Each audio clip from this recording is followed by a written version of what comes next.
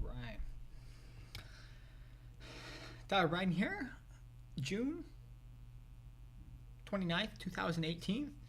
Getting old, steaming through the summer here. I want to do a couple things, chat about a couple things today. We're right ahead of the long weekend in Canada Day. Big weekend here in Canada. Lots of fun, fireworks. Be responsible. No drinking and driving. No drugs. Safety first. Fun second. But seriously, have a great long weekend. Just want to touch on a couple things today. We'll start with the bad and with the good. Yeah, let's do that. First thing I want to talk about. I guess actually there was one thing that I just want to mention. I'm not really going to talk about today, but there was the shooting against some of these reporters yesterday. I believe in Maryland. I don't know enough information. I haven't looked into it enough, but I'm not going to say thoughts and prayers. That is not what I want to say, but just very aware of that. I don't think there's going to be too much of a solution that comes out of this, but we're seeing this over and over again, and it's sort of sad to see. And I'm hoping we can find a solution, or that one day one of these things is gonna wake up. The country of the United States, but just people in general too. Maybe there is a better way to look at this gun stuff. So. First thing, let's put away what I really wanted to talk about, and this has a big impact here. I guess not if we're strictly Canadians here. This is more impact down in the U.S., but I think it is just a really scary sign of the impact that this populist agenda has had, that republicanism has had in the United States, and hopefully doesn't get back down here. But this was a little story I wanted to highlight from this week. It was actually Justice Anthony Kennedy to retire from the Supreme Court, and so this is down in the United States.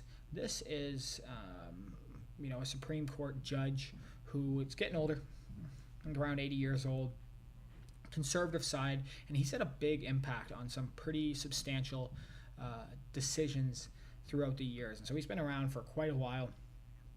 He has, most traditionally leaned obviously conservative, but he's also had some big moments of being more progressive. And I believe part of that was helping gay rights. And there were a couple other big things where he sided more on a progressive part than what people expected from him. So he actually stepped down. I felt he was 81 years old. I could feel I'm a big Redditor. I love American politics. I don't know if it is for me, my reality show, but it's also just a shit show to watch.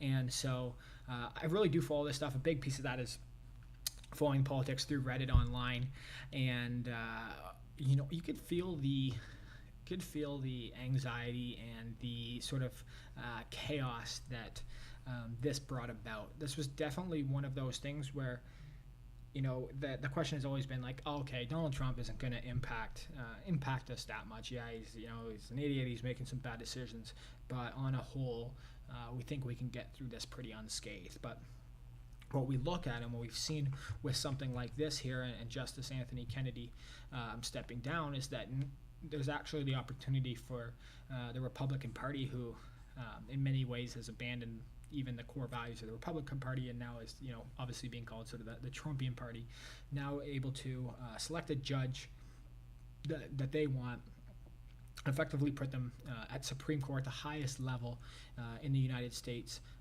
of decision making. And when you are appointed, that is a lifetime appointment. So whoever Donald puts in, and he has released a list of these people. I don't know anything about them, but I'm sure there's some outliers in there who shouldn't be there. Obviously, they want a right-wing judge, and those people are going to be, that person who he selects is going to be in there for life. It's a lifetime appointment, so it's going to have a pretty big impact on the next generation, next 30 years, depending on how young this judge is, of who's going in, and that's going to have some substantial effects on what decisions are made in the next couple of years.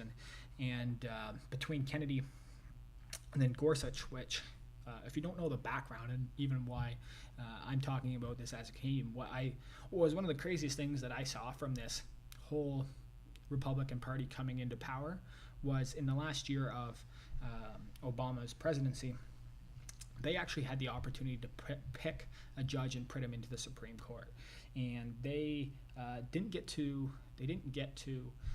fulfill that because Mitch McConnell and the Republican Party basically nuclear destroyed the entire process. And so instead of Obama being able to pick a judge and put in the last year, Republicans delayed that. They wouldn't vote on it and wouldn't vote to put him in. And then obviously the following year, Donald Trump get into power. So they've already sort of taken one pick from the Democratic Party, which has already had impact. Gorsuch has voted against trade unions down in the U.S. 5-4 victory. There's been some other substantial issues that are making people very, very upset about it. And now with that leaning that's already been from one stolen spot, we now have the opportunity of another very right-wing judge going into power. And a lot of people believe this is going to have a big impact on gay rights. This is going to have a big impact on environment, big impact on like if you're a woman and you're basically trying to protect your body and your rights, the right to abortion. All this can have a major impact on the United States. Hopefully we don't. Hopefully we don't follow down this path, but the decisions that America as a massive country makes does obviously have an impact on us as Canadians, and this is something to watch. I've been watching this for a long time, and I've seen the fear that the Democratic Party has had and just progressive people in general, but there seemed to be a new level of fear reached after Anthony Kennedy stepped down, and so that scares me. Fortunately, there's not much we can do. I did want to just bring up one slight thing, and this to me is still possibly conspiracy level, but I did want to bring it up. I've seen this sort of floating around on Reddit today, and right now I believe this was really a tweet coming from Neera Tanden. I don't really even know who that is. What she was saying is that basically Anthony Kennedy, who was the judge pictured here, his son actually is a banker working for, I believe, the Deutsche Bank, which has gotten in some significant trouble and also had very direct ties to basically Russia. Kennedy's son, Justin Kennedy, dealt with Trump while working at Deutsche Bank during a time when the bank loaned Trump more than $1 billion.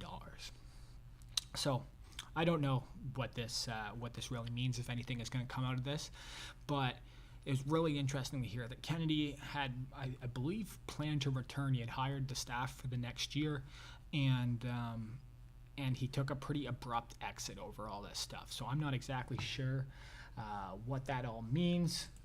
I'm sure we will hear about it from some other people, and I'm not going to say too much on it right there, but really sort of interesting thing to see. We're going to see the impact that comes from this, and I think there's a lot of people watching this piece closely, looking at who this judge is going to be, and the Republicans here have been pretty clear that they are going to put this nomination in and try to get this judge in before the midterm elections come.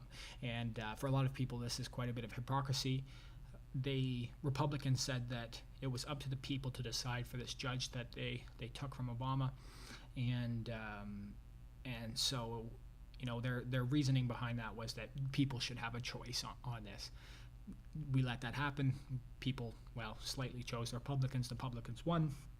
And so with them going into midterms elections, it would seem that there would be some hypocrisy behind them basically in that same situation, selecting a judge and then ramming them through. So Democrats don't have much power in this. That has been really apparent. Everyone's like, it's time for the Democrats to fight. They are a minority, and there's not really too much they can do at this point with this. So definitely some dark times, maybe down in the States for this, around this little area, and hopefully, I don't know what's going to come from this, but hopefully something good comes from it. So that was, I guess, sort of the bad part that I wanted to talk about, but there was something for the culture this week that I did want to look at, and that was Drake dropping an album, Scorpion. It came out today. It was a massive album. Pull it up here, actually. I think I have her on Spotify. Let's pull this up. So, Scorpion by Drake. Picture, weird picture. Let's see, it was like 25 songs. It was an A and B side of it as well, too. So, I think a piece of that was basically rap, more hip hop based, and then also the A side more hip hop based, B side more the R&B for the girls, for the ladies, for the culture. And so I didn't, it just came out, I believe, like last night or this morning. I am not doing a review, but I did give it a little lesson. I even listened to a couple of songs, so maybe not first listen, but listen to the album full through one time, and then a couple of the other songs I checked out more than once. But obviously, big hip hop fan. I've been talking about this stuff forever, and pretty avid follower of it. It's been hilarious, even seeing on a big Reddit hip hop head thread and subreddit, seeing them all the discussion around the album. And so I just wanted to make a couple notes. My first thoughts from actually listening to this: he is representing Toronto, in a lot of ways representing Canada as a hip hop artist, and so we're proud to have him. But we've also got to take a look at when he drops some stuff. So, album today, first impressions. What am I thinking? I listened through all the songs. Just gonna scroll through. I made some notes. I was like, if I listen to this once and I don't make any notes, I'm gonna forget everything, and it's really not gonna be too credible what I say. But I just wanted to pick out a couple things as I go through this. Just gonna go through here quickly. Survival. Love the line.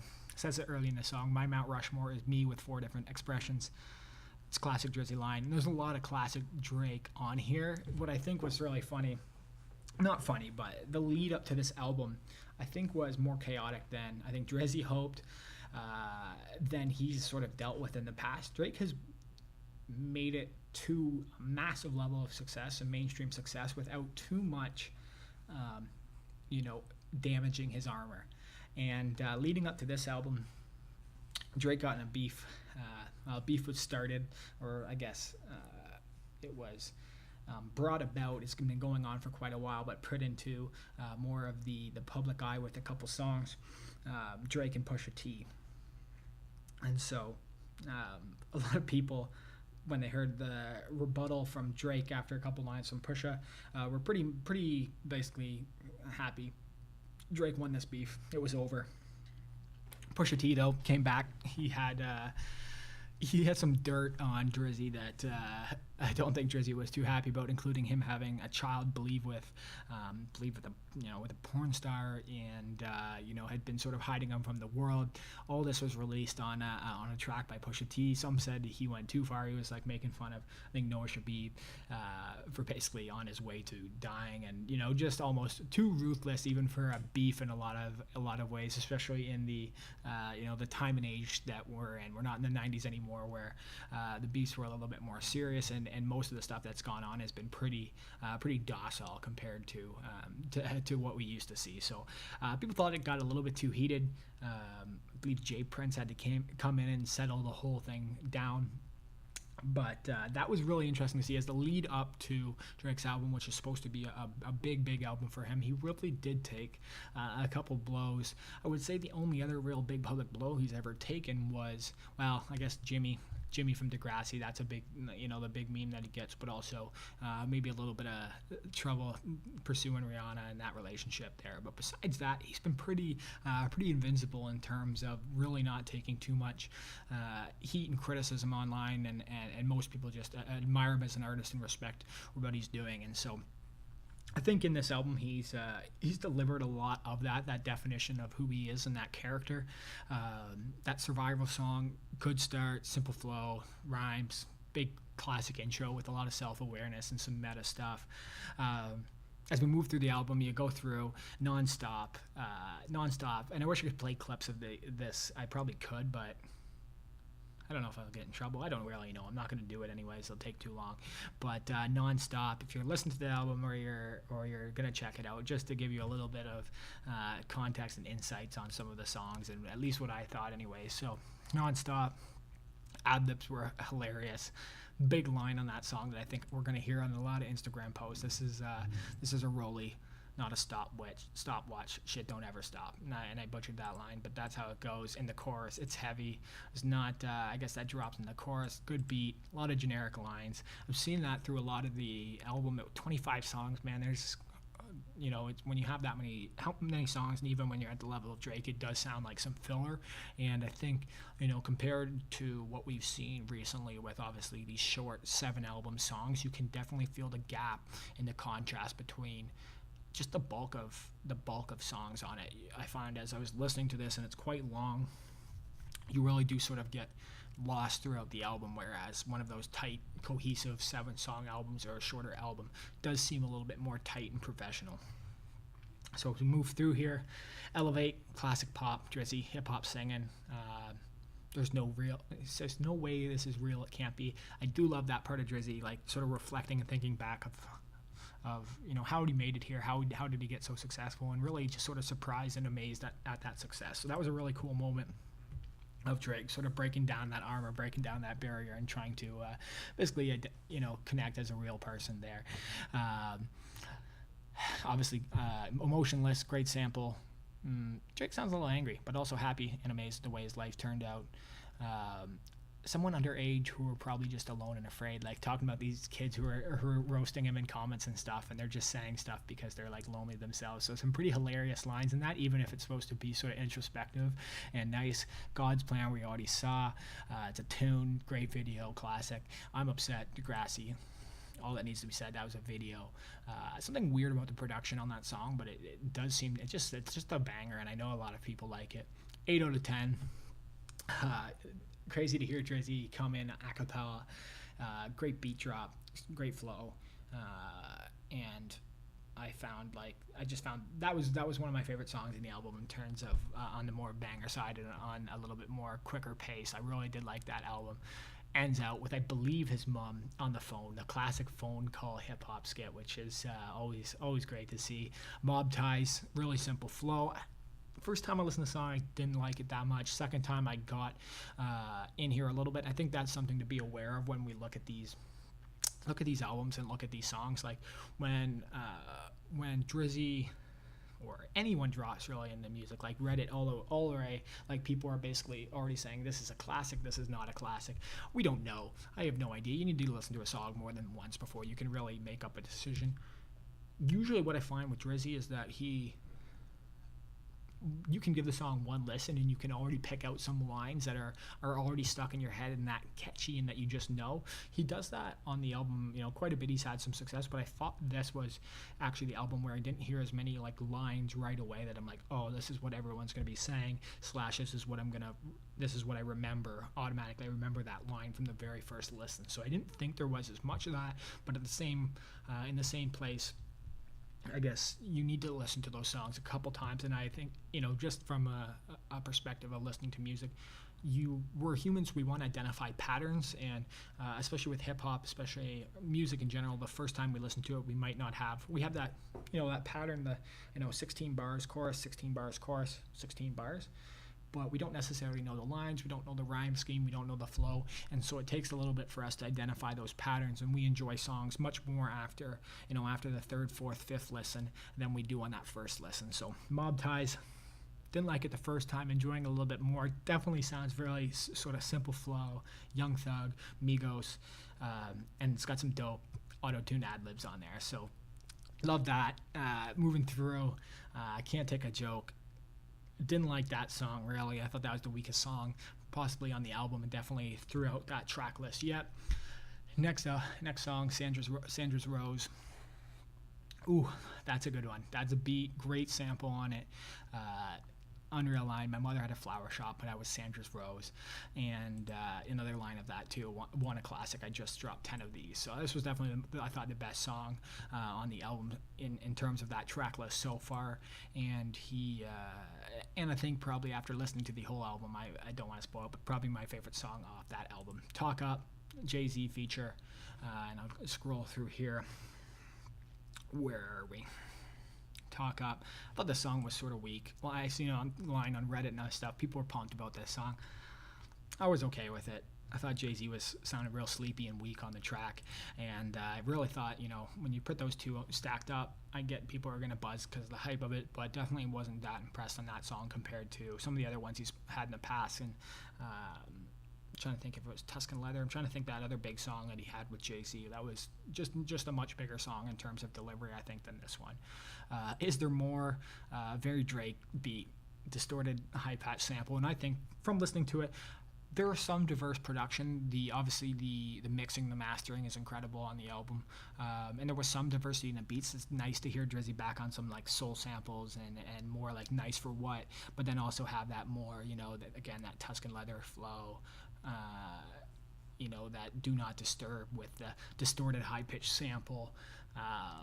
Just sort of talking, working his way through and being a little bit more introspective. And so I thought one thing that he said in that line was on that song was really dope, was like I'm in control of my destiny, even with these like sort of public missteps that I guess I wouldn't call them missteps, just these things that have happened to him recently. For him to say he's in control, he's watching his next steps, and he's always knows where he's going. That was a really cool thing to see. Peak by Drizzy, slow Drizzy. People are only tough as their phone allows them to be. Great line. True, we're hearing that a lot lately about people who are beefing online when they have their when they're hard to identify or they're not face to face, and so there's no real ramifications of what they say, but when they get in the face that they're not really talking the same way. And so Drizzy outlined that, Drake outlined that, but a lot of other people have said that as well too. I saw J. Cole talking about that interview, and I think it just seems to be a consensus throughout hip-hop right now. Summer Games, sounds like we're listening to Heartbreaks and 808s, Kanye West. It also sounds like we're in the 80s, like some weird Stranger Things. That's a weird song. I'm sure some people are going to buzz that. Not for me. Jaded, nice title, nice beat, solid production, and just not as repeatable and memorable. Nice for What? Classic. Finesse. This is where we start to get deeper into the R&B side. A little bit slower. It starts to slow down. Do have to highlight this song, Ratchet, Happy Birthday. Hilarious, just a hilarious title. I liked it before I even listened to it. But he has one line, something you're soft like buttercups, and he starts going off about Reese's and stuff, and it's ridiculous. So I'm sure that song's for the memes, and we'll get some heat from it, and some people will be banging that on their birthdays. But that's classic Drizzy, and I think he delivered on that. And really, really funny. That's How You Feel had Nicki feature. I don't know what they were trying to do with the audio effects on that. Sort of found that song a bit boring. Blue Tint, that's a good tune, great beat. Future comes in, he's got that weird sort of like high voice thing. Like that was not a good impression of it.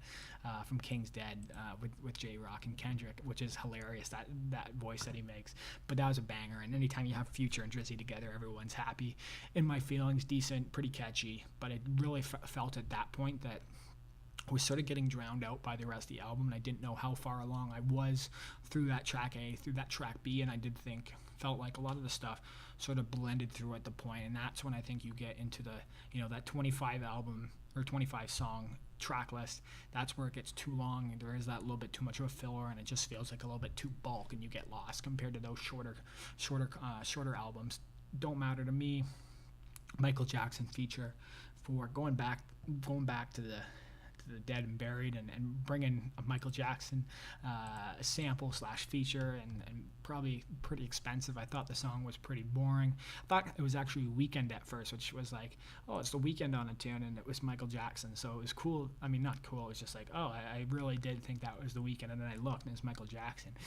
So I just thought to hear the similarities between them two, especially when we're often used to seeing Weeknd and Drake together on a track, was really interesting, and shows you just the similarities, but the level of success that the Weeknd has had to be able to even at least have that split second comparison in my mind.